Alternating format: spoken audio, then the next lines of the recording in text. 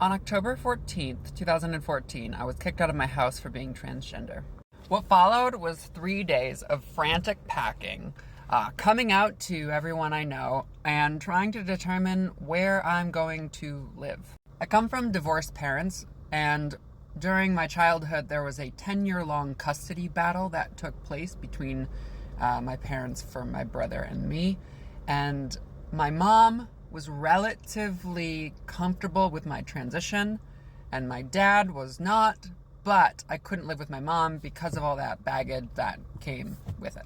So I did the only thing I could, and that was drive to Chicago. Now I'm from Flint, so I drove to Chicago pretty much the second I got the opportunity to. I had $500 in my pocket, I had a car, I had a camera, a laptop, and a guitar. That's it. So I'm close to. When I arrived in Chicago, my friend, my roommate in college, Matt, he took me in. He let me stay for a couple of nights while I was able to just figure out where to go and what to do. During that time, I learned about this website called couch surfing. So I messaged some people on this website, and a few people in Seattle were graciously accepting me to come on in. So I told them I'd be there in 3 days. I drove my car across the country to sleep on a stranger's couch who had some type of reputation for being a good couch host. When I arrived in Seattle, Eric, the guy who took me in, gave me a week. A week turned into 2 weeks, and I was just getting started, and nothing, My money was starting to run out. I was full-time trans. I was applying to every single job that I could find just to get some income. But because I was so early in my transition, before hormones, before anything else, and the lack of skills, taking this kind of risk, meant that I wasn't getting any feelers whatsoever.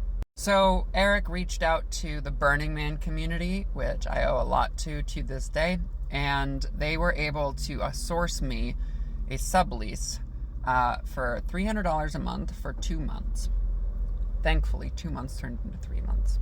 So at this time, I had no money, so I would walk to the food bank because my car also took a dive on that drive, and I didn't know what I was doing at the food bank, so I would just arrive when it was open, and by the time I got there, I was eating moldy bread, moldy fruits, hopefully some canned goods. Oh man, those are so much better. But I was eating, and that was what was important. During this time, I also started getting on hormones. I started finding my way forward, and then my dad died. So a month and a half into living in a new place, I had to fly back.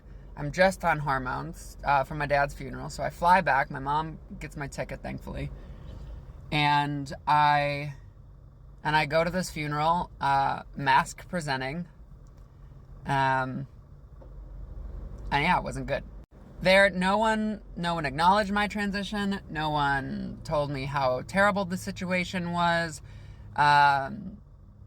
I flew back to Seattle like nothing ever happened. Didn't have time to grieve because I was out of the shit and into the fire. So that was when things started to turn around. Metaphorical in a sense.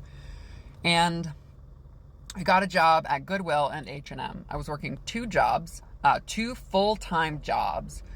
So just, making money, getting anything I could coming my way.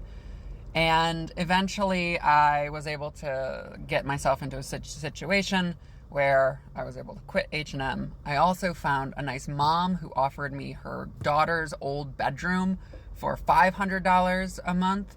And that was another win during that time. But again, still on food stamps, still going to the food bank, limping along. And then as I'm starting to get things going, my car gets repoed. So I'm like, fuck, now I'm without transportation. So I'm having to learn to live without access to a vehicle, especially growing up, from the suburbs. And but I just kept going.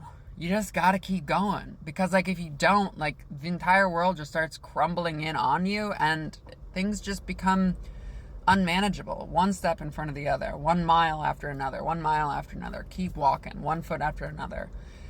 And this is what our talk is on Saturday about. It's about resilience. So on Saturday, July 19th, 2015, Lex Horwitz is going to give a presentation about embodying resilience, the power of storytelling in trans self-actualization.